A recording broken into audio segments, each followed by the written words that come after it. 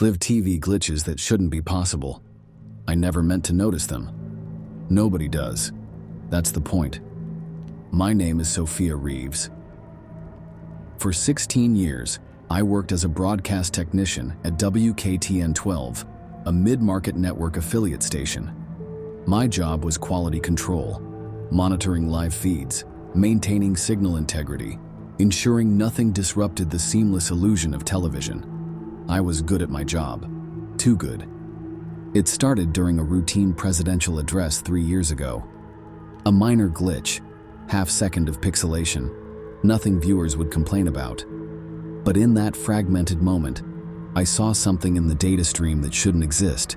A frame showing the president with his mouth impossibly wide, eyes completely black, surrounded by scrolling text in no language I recognized. When I reviewed the footage later, the glitch was gone. Clean feed, perfect signal.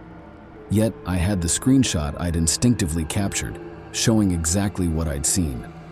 That was my first mistake, looking too closely. Over the next 6 months, I documented similar anomalies across various live broadcasts. Weather reports showing impossible meteorological patterns that would vanish moments later. News anchors briefly speaking gibberish, while the closed captioning displayed perfectly coherent, but entirely different, information.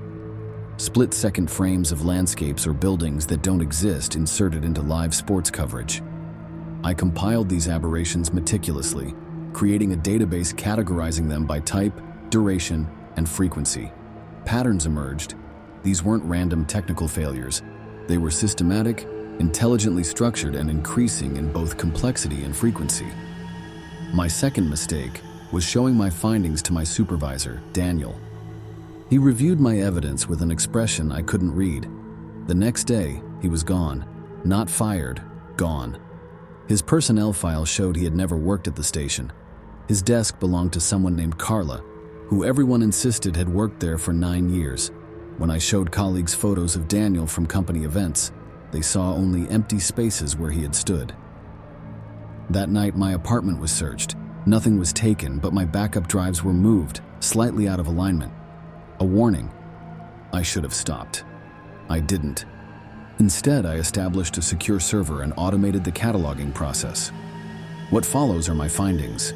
The 7 categories of live television glitches that reveal something far more disturbing than technical malfunctions. I'm releasing this document publicly because 3 days ago, I received a text message from a number matching my birth date. Final broadcast approaching. Yesterday, my reflection began speaking independently of my movements. I don't have much time. The frequency bleed. The most common anomalies occur during frequency transitions, the microseconds between channel changes, commercial breaks, or switching between studio and field feeds. Most viewers perceive these only as momentary signal interruptions, if they notice at all. But these aren't just dead air or signal drops, they're bleed-through from somewhere else. I've isolated 134 distinct instances of what I call frequency bleed. Brief intrusions of foreign broadcast content that doesn't originate from any known network or production source. These intrusions last between 1/60th and 3/4 of a second, just at or below the threshold of conscious perception for most viewers.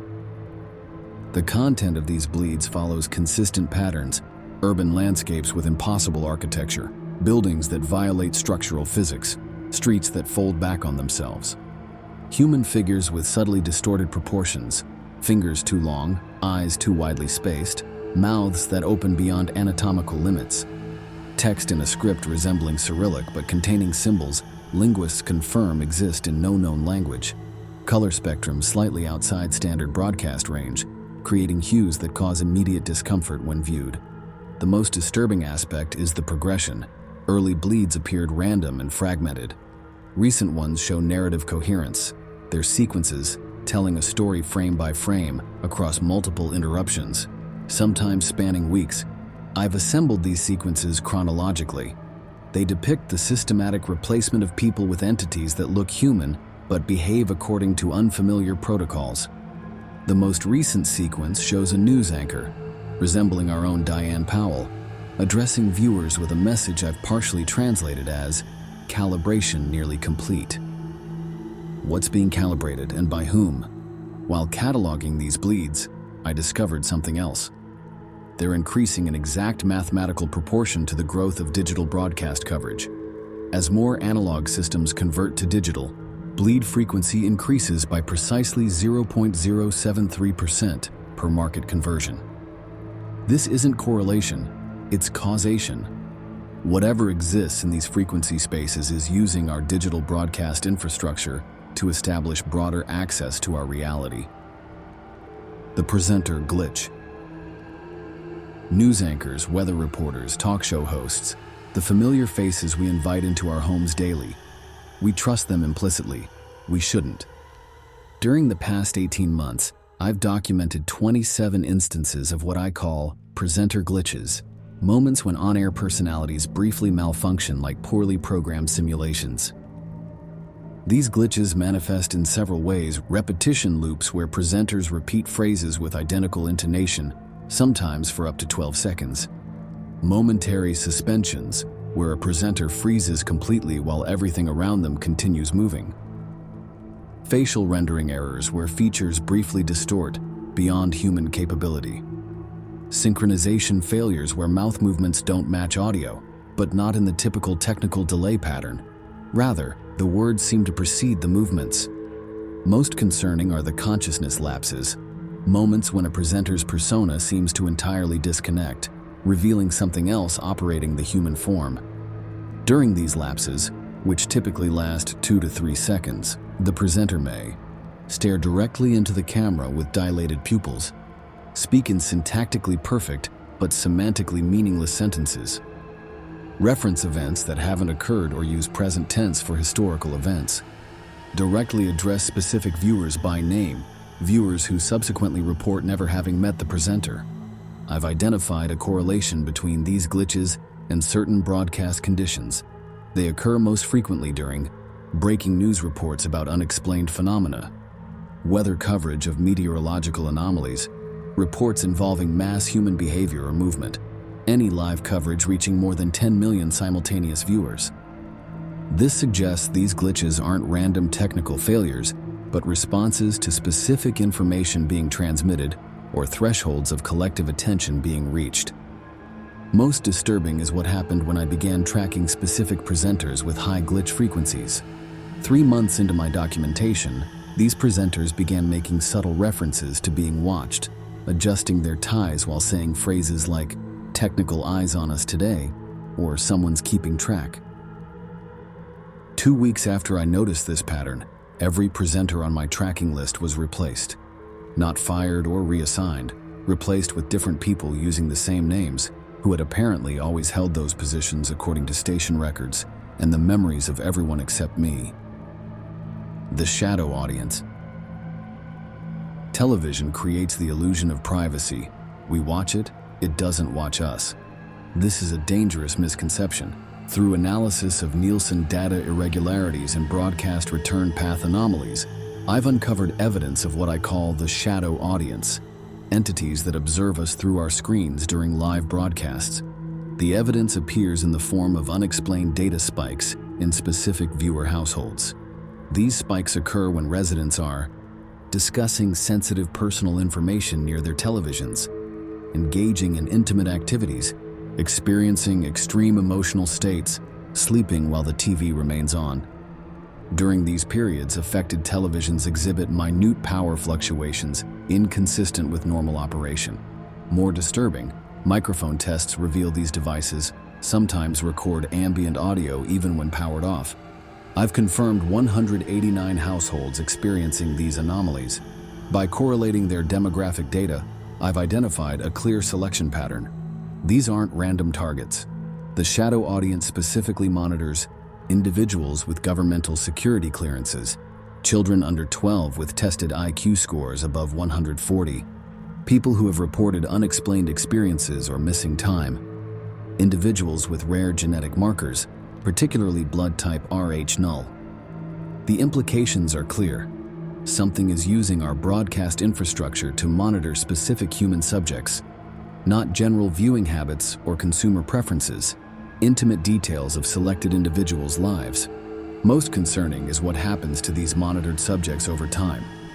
By tracking the identified households, I've documented a consistent progression. Initial selection and monitoring, 2 to 4 months. Escalating electronic anomalies in the home. Reports of sleep disturbances and night terrors. Personality changes in household members. In 37% of cases, disappearance of one or more residents. These disappearances follow a pattern. The missing individuals are rarely reported to authorities.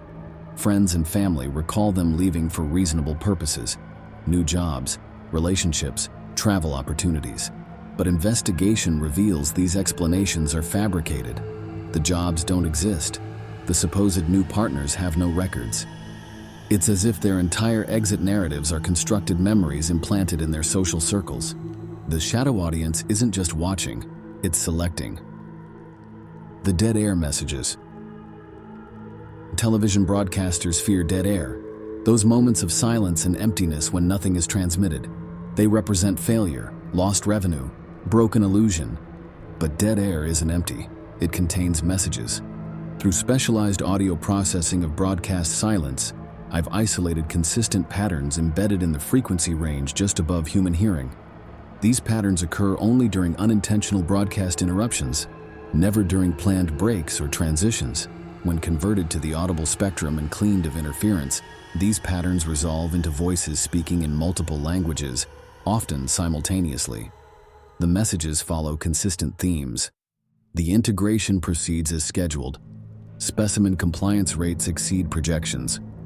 Network expansion reaches 63% of target consciousness. Resistance remains isolated and containable. Full convergence expected at the previously established deadline. Most transmissions include a timestamp in an unknown calendar system using 16-month years. References to the director appear in approximately 40% of decoded messages. More disturbing are what I call observer responses, moments when these dead air voices suddenly acknowledge being decoded. During my third successful decryption attempt, the standard pattern suddenly ceased, replaced by a single voice clearly stating my name, address, and employee ID number, followed by monitoring station identified. Redirect resources accordingly. The precision of these messages rules out interference from radio transmission, natural phenomena, or conventional broadcasting errors. These are intentional communications hidden in broadcast failures that most technicians are trained to simply correct rather than investigate.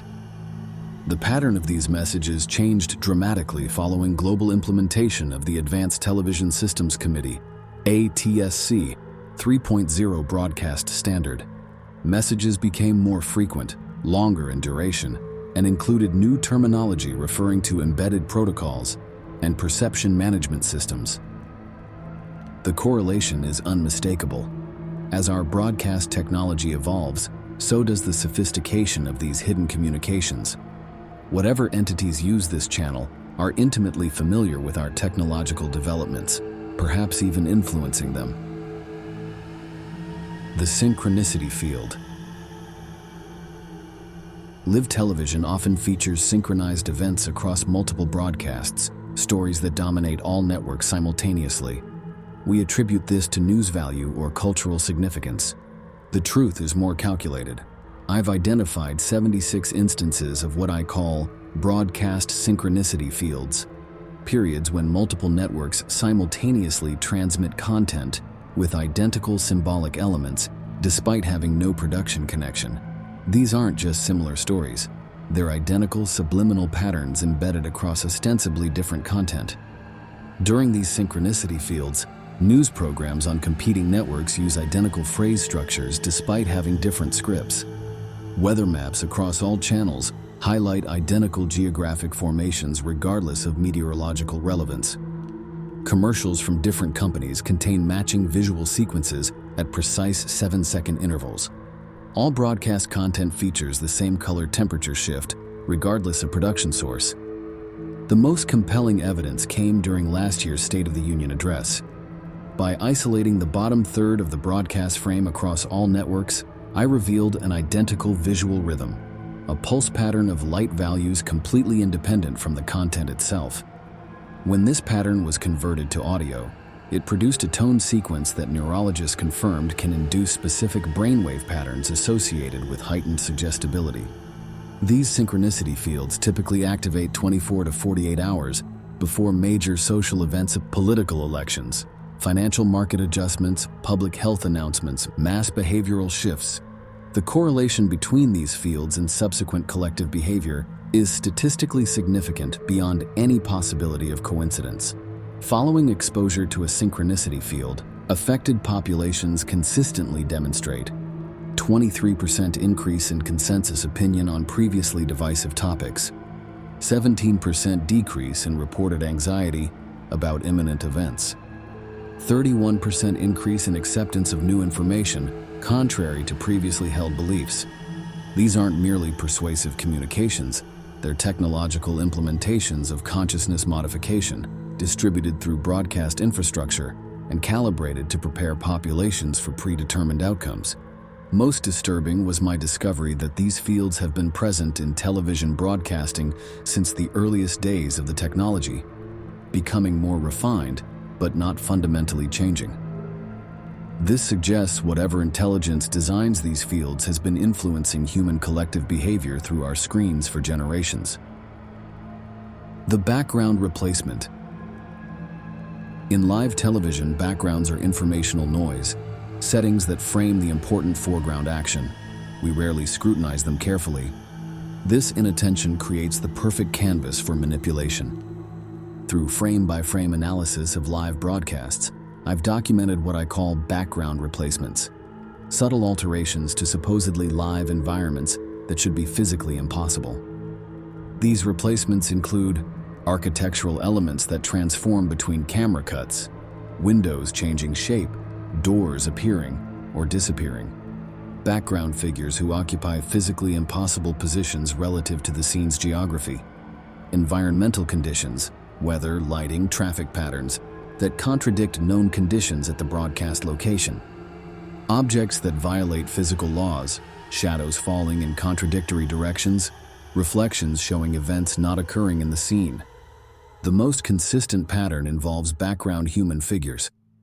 In approximately 6% of all live broadcasts, individuals appear in backgrounds who demonstrate what I call non-standard human behavior, moving in precise geometric patterns, maintaining positions without natural weight shifting or breathing, reacting to events before they occur, displaying identical gestures and expressions across multiple unrelated broadcasts.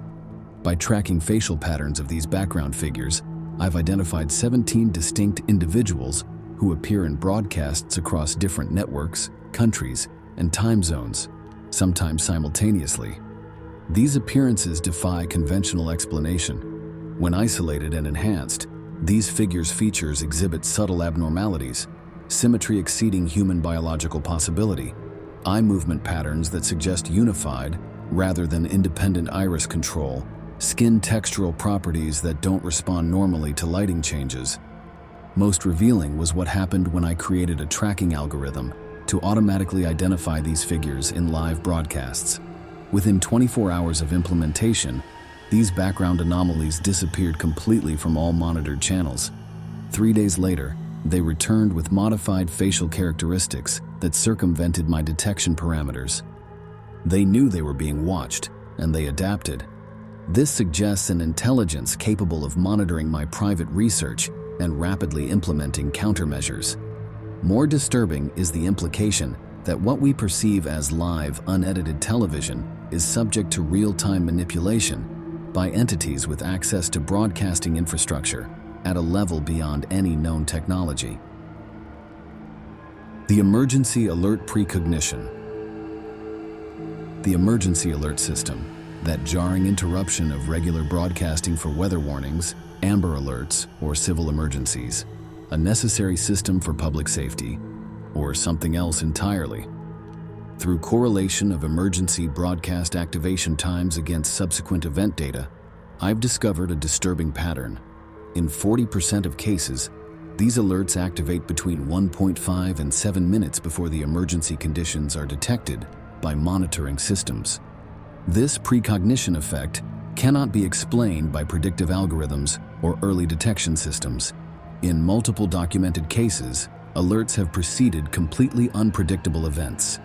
A bridge collapse due to structural failure that engineers later confirmed had no advance indicators. A gas main explosion in an area with no reported leaks or pressure abnormalities. A shooting incident that occurred with no prior threats or warning signs. The statistical impossibility of these predictive activations led me to deeper analysis of the alert signals themselves. Within the standard digital encoding of these broadcasts, I discovered secondary data packets containing information not related to the announced emergency. Information that includes precise coordinates, timeline projections, and casualty estimates with impossible accuracy. More disturbing are the false alerts, emergency broadcasts that activate and are subsequently retracted as errors or system tests. Analysis of these supposed mistakes reveals they frequently precede events that nearly happened, but were averted. Potential disasters interrupted by seemingly coincidental circumstances.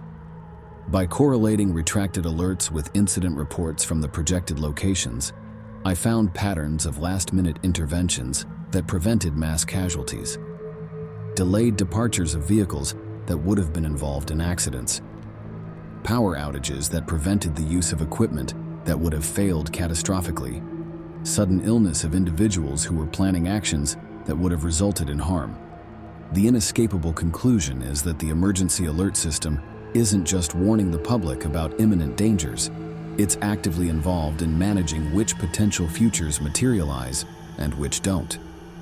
The system appears to function as both prediction and selection mechanism, with retracted alerts representing futures that were considered but ultimately rejected by whatever intelligence controls these broadcasts. In the most chilling discovery, I identified a pattern in the test alert tones themselves, subtle variations that affect neural activity in humans exposed to them. These variations prepare the brain for specific types of information processing, effectively tuning listeners to receive particular data streams. We aren't just being warned about emergencies, we're being neurologically calibrated for predetermined responses to selected future events. Final transmission.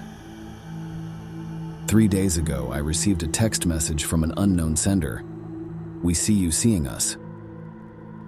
Yesterday, while reviewing my findings alone in the station's master control room at 3:17 a.m., all monitors simultaneously displayed my own face, captured from angles that would require cameras that don't exist.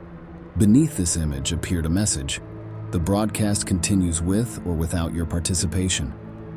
I'm no longer going to work. I've secured my research in multiple locations and distributed access keys to individuals who don't know what they're holding or each other's identities. This morning, I noticed my neighbor, a man I've spoken with weekly for 3 years, has changed. Not dramatically, but fundamentally.